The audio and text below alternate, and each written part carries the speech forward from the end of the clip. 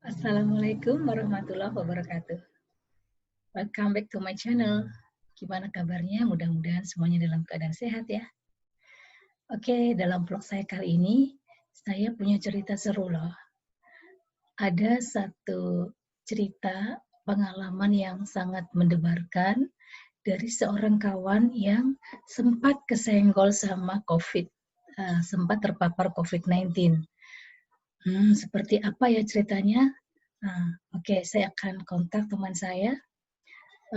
Beliau beberapa waktu yang lalu, belum begitu lama, sempat terkena COVID-19 walaupun termasuk yang tidak begitu berat ya, tetapi pasti akan seru kita dengan ceritanya.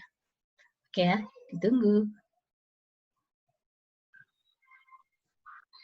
Oke, ya, kita sudah tersambung dengan seorang kawan kita nih, kawan apoteker juga di salah satu kota di Jawa Tengah ya, namanya Mbak Frida ya. Selamat malam Mbak Frida. Malam, Prof. Gimana kabarnya? Baik? Sehat? Amin, Ya. baik-baik, sehat, Nah, semangat. semangat ya, walaupun kemarin sempat lumayan tegang ya, pengalamannya Ya, sempat terpapar COVID-19 ya. ya, betul. Ya, jadi saya membaca di satu media sosial berita tentang Mbak Frida ini memang karena sempat dipublikasikan ya, artinya sempat Ya, diceritakan dipublish. pengalamannya di sebuah waktu itu di sebuah koran online kalau nggak salah itu saya baca ya. Itu seorang apoteker di sebuah instansi di Jawa Tengah itu ternyata terpapar COVID ya. Jadi saya sebagai ya sesama orang farmasi nih ya, tertarik juga nih ceritanya seperti apa nih. Dan mungkin Mbak Frida bisa ceritakan apa namanya pengalamannya seperti apa. Itu mungkin awalnya gimana kok tiba-tiba jadi bisa diketahui seperti itu Mbak. Mungkin bisa diceritakan secara singkat. Ya, jadi saya termasuk OTG, Prof. Artinya orang tanpa gejala. Saya tidak menyadari bahwa virus itu ada dalam tubuh saya karena memang gejalanya tidak signifikan. Jadi mungkin ini juga bisa mengedukasi ke masyarakat untuk tetap hati-hati, waspada, jaga jarak, cuci tangan, ya, makan makanan bergizi gitu, karena virus COVID tidak harus menimbulkan gejala yang signifikan. Itu contohnya yang saya alami sendiri. Saya merasa baik-baik saja, tubuh saya baik-baik saja, sehingga pada suatu saat di tempat kami diadakan rapid untuk karyawan. Saya dirapid dan saya awalnya sih percaya diri meskipun sedikit grogi gitu waktu mau menghadapi rapid, tapi intinya saya percaya bahwa kondisi saya nggak ada gejala yang signifikan. Nggak ada masalah gitu ya. Meskipun sebenarnya kalau lebih detail teliti setelah saya kejadian baru ingat kali ya Mbak ya, mengingat-ingat ya gitu. Kejadian itu baru ngingat, oh iya sebelum rapid itu memang kondisi saya seperti kurang fit. Artinya mudah lelah, kemudian terkadang itu suhu badan terasa, kalau orang Jawa bilang sumeng ya, Prof ya, sumeng gitu. Tapi tidak tinggi panasnya. Ringan gitu ya, demam ringan gitu ya. Demam yang ringan, tapi suhunya masih saya termometer masih di bawah 37. Masih 36, sekian gitu. Dan terutama kayak batuk ada gitu nggak ada gejala ya? Seperti tenggorokan kering. Jadi tenggorokan kering. itu terasa kering ya. Jadi saya memang mengkonsumsi air putih itu banyak sekali. Pikir itu ya mungkin karena cuaca gitu ya. Cuaca mungkin itu sebelum rapid panas, ya. jadi Sebelum rapid ya. Sebelum rapid. Pokoknya memang setelah kejadian baru inget-inget ya. Oh iya ya waktu itu seperti ini gitu ya. Padahal saya mengkonsumsi air mungkin 2 liter lebih setiap hari. Saya pikir itu ya sehat gitu, karena kan memang konsumsi air harus banyak. Tapi nggak ada gejala batuk, pilek tidak ada, sama sekali tidak ada. Sesak apalagi tidak ada. Gitu. Sehingga terus setelah dirapid gimana? Ya, tanggal 9 saya mengikuti rapid. Kemudian 1 hari setelah rapid, tanggal 10, hasil rapid keluar dan saya dinyatakan reaktif. Reaktif, waduh. Terus gimana tuh perasaannya dinyatakan reaktif? Kaget perasaannya nano-nano.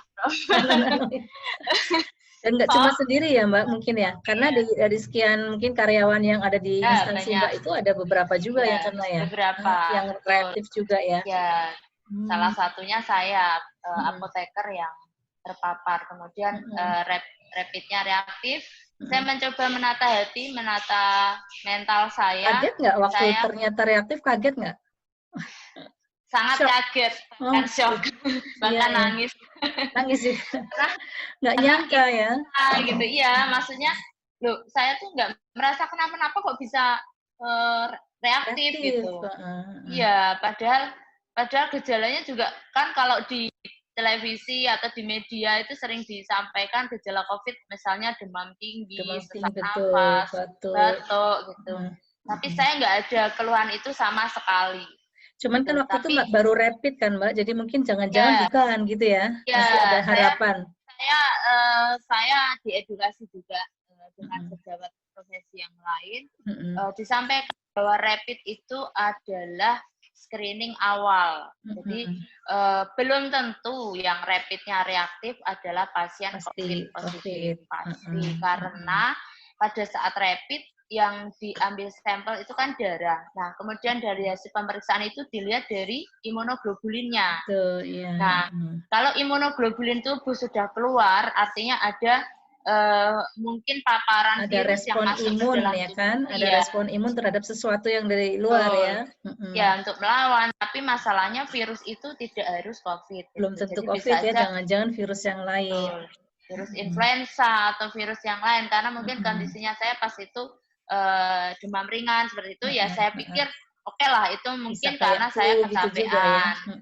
Saya kecapean, kemudian makannya tidak teratur, pola hidup juga kadang nggak teratur, sehingga mungkin saya kecapean, dan teman-teman menguatkan gitu. Mungkin itu flu biasa gitu. Jadi positive thinking saja, hati gembira, yakin besok pagi kalau swab pasti negatif gitu. Tapi setelah reaktif gitu tindakannya gimana? Kan tetap harus hati-hati ya, Mbak? Iya, jadi waspada gitu. Terus terang setelah disampaikan rapid saya reaktif, saya memutuskan diri untuk isolasi mandiri. Jadi saya tidak bersedia untuk pulang ke rumah karena saya beresiko di rumah itu ada anak kecil, ada geriatri, eyangnya itu geriatri, sehingga itu populasi beresiko, sehingga saya memutuskan untuk isolasi tidak di rumah. Jadi saya kira itu suatu tindakan yang tepat ya Mbak Frida ya, karena kan kita nggak ngerti walaupun belum pasti, tapi kan ada risiko.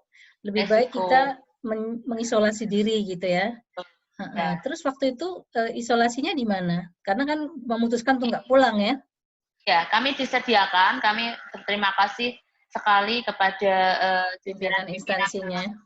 Ya, untuk disediakan fasilitas rumah untuk isolasi bagi yang rapidnya reaktif sambil menunggu swab. Cuma mungkin tantangan tersendiri adalah menyampaikan pada keluarga. Gimana itu? Ya. Kalau ternyata hari ini nggak pulang gitu kan? Ya, karena paginya saya masih baik-baik saja, saya berangkat kerja baik-baik saja, tahu-tahu sore diberitahu rapidnya reaktif, jadi terus memutuskan diri untuk tidak pulang ke rumah, itu sesuatu yang cukup sulit bagi saya untuk menyampaikan. Karena kondisinya juga pasti kita shock, lelah mental, lelah fisik juga. Jadi saya pelan-pelan mencoba untuk mengkomunikasikan. Yang pertama adalah suami saya, sebelum anak-anak pastinya.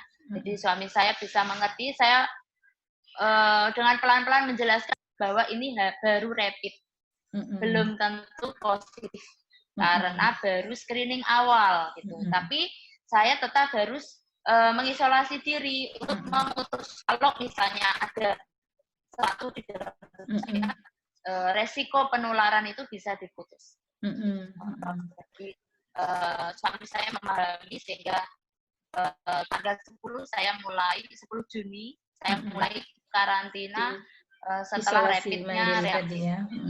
Terus dari saat mulai isolasi sampai kemudian di swab itu berapa hari, Mbak? Jadi pengumuman rapidnya kan 10 Juni. Kemudian jadwal swab itu langsung paginya, Prof. Jadi tanggal 11 dan 12 Juni. Langsung jadi swab kita paginya langsung 2 kali swab. Dan harapan saya swabnya negatif gitu ya. Iya, karena itu berapa lama nunggunya hasil swab? nunggu hasil swabnya berapa lama? Jadi swabnya 11 dan 12 Juni karena kebetulan langsung 2 kali swabnya? Swabnya 2 kali? Langsung. Hari 11 sama 12. Oke. Kemudian pemeriksaannya memang tidak di tempat kami, jadi harus dikirim ke instansi lain, sehingga jadwal pengiriman untuk sampel masih hari Seninnya. Sehingga harus antri ya, waktunya ada libur juga ya. Karena Sabtu pasti tutup, Sabtu Minggu kan tutup. Kemudian Senin baru bisa dikirim sampelnya, sehingga harus menunggu sampai Rabunya. Rabunya baru ketahuan. 17 Juni berarti berapa baru hari kita itu ya? Berapa hari itu? Dari tanggal 12, 5 hari. 5 hari ya? Itu selama 5 hari itu terus ngapain itu Mbak? Jadi kita di isolasi, tempat di isolasi. Menunggu hasil pemeriksaan swab itu, kami dapat support yang biasa dari teman-teman.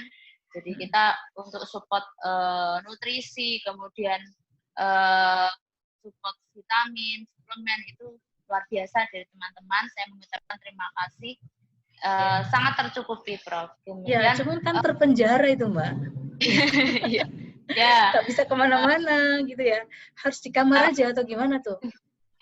Jadi saya pribadi mencoba mengisi dengan banyak kegiatan, antara lain kebetulan kalau kita mengikuti webinar, jadi paling tidak ya, ada bisa ya? kegiatan. Jadi ada kegiatan yang jadi pikiran kita biar nggak fokus di memikirkannya bagaimana yang akhirnya akan menimbulkan kecemasan dan otomatis itu akan juga mempengaruhi imunitas kita. Mungkin diambil hikmahnya biar istirahat sambil ngikutin ngecas ilmu ya kan, jadi malah bisa santai, bisa ikut webinar gitu ya. Ya, walaupun hati kadang terasa gimana ya. Ya, mesti khawatir gimana kan? Khawatir gitu ya. Tapi saya belum lagi bisa sama anak-anak kan, Mbak? Betul, saya ya kan? Terus terang untuk keluarga yang tahu hanya yang usia dewasa. Dewasa ya, anak-anak nggak ngerti ya. Jadi kalau mamanya pergi gitu aja lagi acara gitu ya. Anak-anak mamahnya pelatihan, Prof. Jadi karena mama pelatihan, mama kapan pulang gitu aja. Cuman ya nanti bisa kontak kan? Bisa telepon gitu bisa kan? Bisa. Ya, bisa. Setiap hari masih bisa komunikasi. Betul, tapi kita tidak ada akses untuk bersosialisasi dengan orang di luar rumah tersebut. Ada tetap akses ya? Ada akses? Kalau akses telepon, tapi iya, kalau telepon aja. Betul, kalau komunikasi dengan orang di luar kita kan tidak bisa. Oh iya. Jadi kita akan tetap di dalam rumah itu. Kemudian ruangannya juga terpisah dan saya isi juga dengan olahraga misalnya. Kemudian salah satu kegiatannya mengikuti webinar. Kemudian kebetulan suka nulis-nulis ya, saya coba bisa nulis. Ya, pokoknya memanfaatkan waktu ya, Mbak ya. Iya. Terus ketika kemudian di swab gimana hasilnya? Positif gitu ya? Iya, kayak itu dunia terasa runtuh nggak sih? Tanggal 17 Juni hasil swabnya diberitahukan kira-kira jam 3 sore. Saya ditelepon, saya diberitahu bahwa isolasinya berlanjut ya gitu. Artinya walaupun tidak dikatakan secara langsung, artinya kalau isolasinya berlanjut ya berarti Anda terpilih dapat door prize gitu. Gitu, Prof. Jadinya terus pindah ya? Atau masih di tempat yang sama atau pindah? Isolasi karantinanya itu? Kita pindah ke tempat yang memang sudah disediakan. Khusus untuk yang sudah positif. Positif ya. Cuman alhamdulillahnya Mbak Frida ini kayaknya OTG ya. Jadi sebetulnya penyakitnya sendiri nggak terlalu ini ya, nggak terlalu berpengaruh sama fisik kan? Tidak. Tapi mungkin mental ya yang jelas tuh. Selama di karantina itu tadi kan positif ya, setelah positif pindah ke tempat yang karantina tadi ya. Nah kemudian selama di karantina itu kegiatannya apa? Dan ada nggak perkembangan ini apa kayak gejalanya gitu?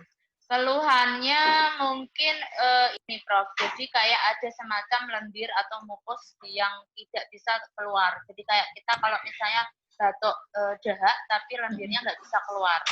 Cuman itu sih ya. Kayak lengket betul. Kemudian kalau demam saya sudah tidak seperti yang pada saat saya menunggu hasil swab. Artinya pernah di satu hari saya merasa badan saya demam ringan, itu pernah, tapi cuma satu hari. Selanjutnya saya tidak merasakan. Kemudian yang paling sering saya keluhkan yaitu ada mukos di dalam tenggorokan yang kayak lengket, sehingga saya juga konsul sama dokter spesialis paru. Akhirnya diberi advis untuk diberi asetilsistein 1 kapsul per 12 jam dan cetirizine 1 tablet per 24 jam. Cuma itu. Jadi cuma 2 macam itu obatnya? Betul. Iya.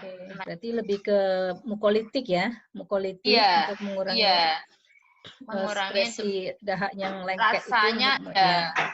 Meskipun nggak batuk, nggak pilek. Iya, nggak batuk, nggak pilek. Nggak demam juga sih. Berapa lama Mbak Frida itu? Sekitar 3 hari, Dok. Prof. Sekitar 3 hari. Itu sejak masuk karantina itu sampai kemudian di swab-nya kemudian akhirnya negatif itu berapa lama?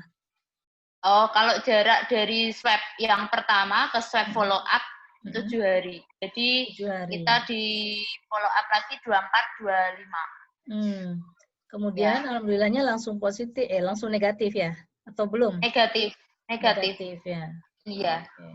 Karena saya merasa selama di karantina pada saat positif itu ada progres gitu. Jadi kalau pas saya bandingkan dengan waktu saya menunggu swab pada saat karantina setelah rapid, itu memang badan saya sebenarnya saya berusaha positive think, tapi saya memang merasa kalau saya perbandingkan memang pada saat itu kok terasa badan memang kurang fit ya. Artinya gimana ya, mungkin kayak kelelahan juga iya, kemudian terasa berat gitu. Tapi setelah di tempat karantina setelah swab, setelah saya dapat terapi simptom tadi, yang asetil, kemudian ada cetirizine dan suplemen juga, itu progresnya semakin hari semakin saya merasa tubuh saya ringan.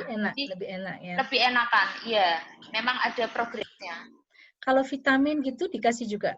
Kayak multivitamin gitu apa ya Mbak? Multivitaminnya apa yang diberikan? Multivitaminnya ya vitamin B1, B6, B12, vitamin mineral plus vitamin C 500. Oke, multivitamin mineral ya diberikan ya untuk penguatan sistem imun ya. Betul. Hanya itu aja ya, tanpa yang lain ya. Jadi asetilsistein, kemudian cetirizine aja, kemudian sama multivitamin ya. Iya, karena saya termasuk OTG yang gejalanya sangat ringan. Artinya saya tidak batuk, saya cuma merasa ada mukus yang nggak bisa keluar, tapi nggak ada dahak yang berlebihan. Kalau dokter sesuai dengan advis dokter, kalau dahaknya berlebihan, baru kita dikasih diberi antibiotik azitromisin. Ya, cuman karena saya dahaknya tidak berlebihan dan cenderung cuman seperti rasa tidak enak di tenggorokan, jadi tidak perlu pakai antibiotik. Nah, terus setelah hasil negatif, swabnya negatif, terus setelah itu apa Mbak yang dilakukan atau yang kemudian apa boleh keluar atau gimana? Setelah hasilnya negatif, akhirnya saya dibolehkan keluar dari tempat karantina untuk lanjut isolasi mandiri di rumah, Prof. Oh gitu. Jadi, iya, selama 7 hari. Kenapa? Karena di tempat isolasi itu kan saya berbaur dengan pasien yang sama-sama positif. Sama-sama positif. Betul. Resikonya meskipun saya negatif, artinya sudah terbentuk antibodi tersendiri dalam tubuh saya untuk melawan virus itu. Tapi kan saya tetap kontak juga dengan populasi positif di tempat itu. Sehingga kemungkinan kalau misalnya saya ada paparan lagi, itu virusnya bertahan hanya 7 hari. Karena tubuh saya sudah mampu untuk melawan virus itu. Sehingga saya tetap dianjurkan untuk belum boleh masuk kerja. Jadi saya harus isolasi mandiri dulu di rumah selama 7 hari. Harapannya kalaupun ada virus yang tertinggal, otomatis virus itu pasti akan mati. Tereliminasi lah ya dengan sistem imun kita ya. Iya. Terus kalau di rumah itu gak diganggu sama anak-anak, Mbak? Kan kalau di rumah malah sibuk sama urusan rumah nggak tuh? Betul. Jadi di rumah saya juga mengkondisikan diri. Yang terpenting adalah rajin cuci tangan, kemudian masih jaga jarak dan selalu pakai masker. Saya biasanya pakai masker double, Prof. Cuman ini karena ada wawancara, jadi saya buka masker. Tidak, Tapi saya di rumah tetap pakai masker ya, di rumah ya. Jadi terbiasa, Prof. Kebiasaan untuk memakai masker itu tetap terbawa sampai rumah. Saya pakai masker double. Dan keluarga semua saya anjurkan untuk tetap memakai masker karena saya mengedukasi mereka meskipun saya sudah keluar, saya butuh waktu 7 hari untuk jaga jarak. Kemudian kita semua harus tetap pakai masker, rajin cuci tangan.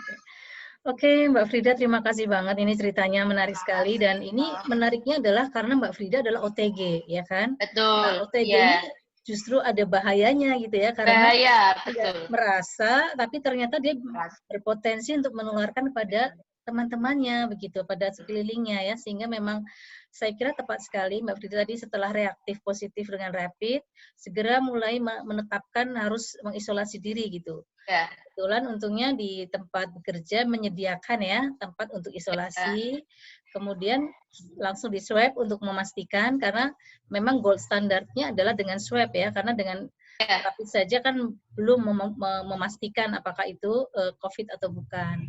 Nah, kemudian setelah masuk ternyata positif ya, dunia runtuh gitu, tapi alhamdulillah masih bisa bertahan dan bisa positive thinking ya, kemudian memanfaatkan waktu, dan sehingga kemudian alhamdulillah setelah 7 hari ya Mbak Frida ya, 7 hari kemudian terbukti negatif setelah swab follow up ya, 2 kali ya swab follow up-nya. Kemudian masih melanjutkan isolasi mandiri di rumah. Ya. Nah, kira-kira mungkin ini terakhir nih pertanyaan saya terkait sama pengalaman yang luar biasa ini, mungkin ada nggak sesuatu yang Anda ambil hikmahnya dan kemudian bisa disampaikan kepada teman-teman, kepada para pemirsa ini? Mungkin saya cuman sharing ini berpesan. Yang pertama adalah adanya COVID, kita pastinya saya mohon untuk stop stigma, karena itu yang sangat-sangat selain penyembuhan dengan terapi, ternyata stigma itu jadi pressure yang cukup berat buat para pasien yang terpapar COVID, sehingga harapan saya sih tidak ada stigma lagi apabila yang terpapar COVID. Jadi justru kita terpapar COVID bukanlah suatu aib gitu kan ya Mbak? Artinya jangan kemudian dihindari, kemudian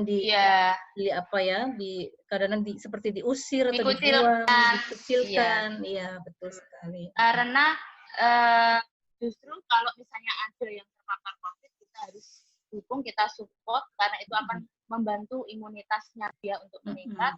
Dengan cara apa? Tentunya mematuhi protokol, tetap jaga jarak, kemudian rajin cuci tangan dan gunakan masker. Saya yakin virus itu tidak akan bisa loncat-loncat ke manusia satu ke manusia lain. Dia untuk menularkan kepada manusia lain butuh media, yaitu droplet. Jadi kita berharap supaya masyarakat itu jujur ya Mbak, kan kita dengar beberapa waktu yang lalu kadang-kadang mereka nggak berani cerita, nggak berani menyampaikan yang sebenarnya karena takut nanti dikucilkan dan sebagainya, distigmakan yang nggak bagus kan, sehingga malahan menjadi penular begitu. Menutup diri sehingga akhirnya malah menularkan ke orang lain. Kemudian yang kedua tetap patuhi protokol. Kami harapkan masyarakat semua kita mari bersama-sama mendukung pemerintah untuk kita memutus rantai penularan sehingga akhirnya nanti Indonesia bisa survive, Indonesia bisa bangkit kembali, pulih kembali dengan cara mematuhi protokol yang ada. Antara lain, pakailah masker setiap kita keluar rumah, kemudian jagalah jarak, dan kalau di tempat-tempat umum disediakan fasilitas cuci tangan, ya kita pakailah cuci tangan. Jadi jangan sepele, karena kadang banyak masyarakat yang menganggap remeh sehingga akhirnya yakin nggak sih benar ada COVID nggak, itu masih merebak di kalangan masyarakat. Menyepelekan. Dan kami sudah mengalami sendiri gitu. Bagaimana rasanya terpapar? Iya, betul. Dan era new normal ini kan sebetulnya bukan berarti kita udah bebas dari virus. Karena Iya, sebetulnya ini adalah untuk menggerakkan roda ekonomi ya, supaya tidak terlalu betul. terpuruk begitu. Tetapi risiko untuk tertular masih sangat besar karena ya Masih, ya. mobilitas juga malah makin meningkat. Jika kayak OTG kayak Mbak Frida tadi Iya, betul. jalan-jalan gitu, malah Iya, mungkin bisa menularkan. Sehingga bisa. kita memang sarankan pada masyarakat untuk selalu tetap jaga kesehatan, mematuhi protokol. Kemudian misalnya ada tetangga atau siapapun yang kena, justru kita support ya Mbak Frida ya. Iya, Kayak Mbak Frida sport, kan malah ya. dikasih makanan, karena mereka kan Iya, posisi nggak bisa kerja nih misalnya ya kan, nggak bisa betul. dapat income Nggak bisa gitu. akses keluar juga. Betul, jadi harus disupport juga oleh orang-orang yang terdekatnya begitu ya. Iya, Ya, ya. iya. Oke Mbak Frida, terima kasih banget atas cerita-ceritanya ya. Mudah-mudahan Terima ini kasih, bisa Prof. menjadi inspirasi dan wawasan juga buat para pemirsa semuanya ya, dan mudah-mudahan semuanya juga selalu sehat ya di bawah lindungan Amin, Allah Subhanahu amin, wa Prof. taala, dan Amin. COVID-19 bisa segera nyah dari bumi kita. Gitu. Amin, Oke ya, Prof. oke. Makasih ya Mbak Frida ya. Ya, Dan ini sama-sama. saya tutup bareng-bareng sama Mbak Frida deh. Jadi demikian para pemirsa, hari ini kita sudah menyaksikan atau mendengarkan cerita yang sangat luar biasa dari Mbak Frida, dan mudah-mudahan bisa menambah pengetahuan kita tentang COVID ya, dan Yes. kewaspadaan kita supaya tetap menjaga kesehatan, jangan sampai tertular oleh COVID. Oke, dan jangan lupa setelah mendengarkan cerita ini, subscribe, like, and share. Itu. Dan dukung YouTube saya. Oke. Sampai ketemu lagi di vlog-vlog berikutnya. Terima kasih. Assalamualaikum Terima warahmatullahi kasih. wabarakatuh. Waalaikumsalam.